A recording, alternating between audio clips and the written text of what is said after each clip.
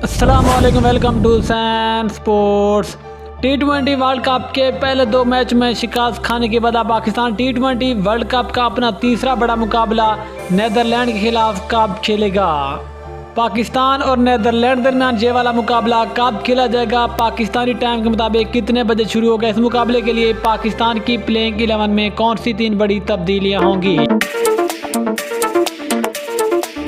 दोस्त अब आपको तफसील से कहा करते चलें और आप सब जानते भी हैं कि टी20 वर्ल्ड कप के पहले दो अहम मैचों में पाकिस्तान को भारत और जिम्बाब्वे के हाथों शिकस्त का सामना करना पड़ा। लेकिन अब पाकिस्तान टी20 वर्ल्ड कप का अपना तीसरा मैच 30 अक्टूबर को नीदरलैंड के खिलाफ खेलेगा।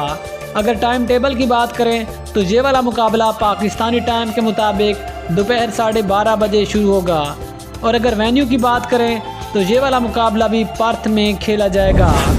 लेकिन दोस्तों आपको साथ ये भी आगाह करते चलें कि इस अहम मुकाबले के लिए पाकिस्तान की प्लेइंग 11 में 3 बड़ी तब्दीलियों का इम्कान है। दोस्तों आपको बताते चलें कि इस अहम मुकाबले के लिए पाकिस्तान की प्लेइंग 11 में पाकिस्तान के लेफ्ट हैंड बल्लेबाज फ़खर जमान, जबकि इसके अलावा पाकिस्तान के हार्ड हिटर बल्लेबाज आसिफ अली और पाकिस्तान के तेज़ फास्ट बॉलर मोहम्मद हसनैन को पाकिस्तान की प्लेइंग 11 में शामिल किया जाएगा।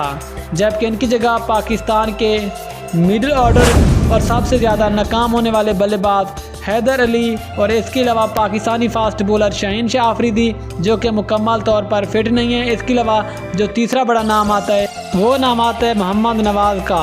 ज़राए के मुताबिक ये 3 खिलाड़ियों को नीदरलैंड के खिलाफ पाकिस्तान की प्लेइंग 11 में शामिल नहीं किया जाएगा। इसके अलावा पाकिस्तान की वही सेम टीम होगी जो कि लास्ट टाइम जिम्बाब्वे के खिलाफ मैदान में उतरी थी।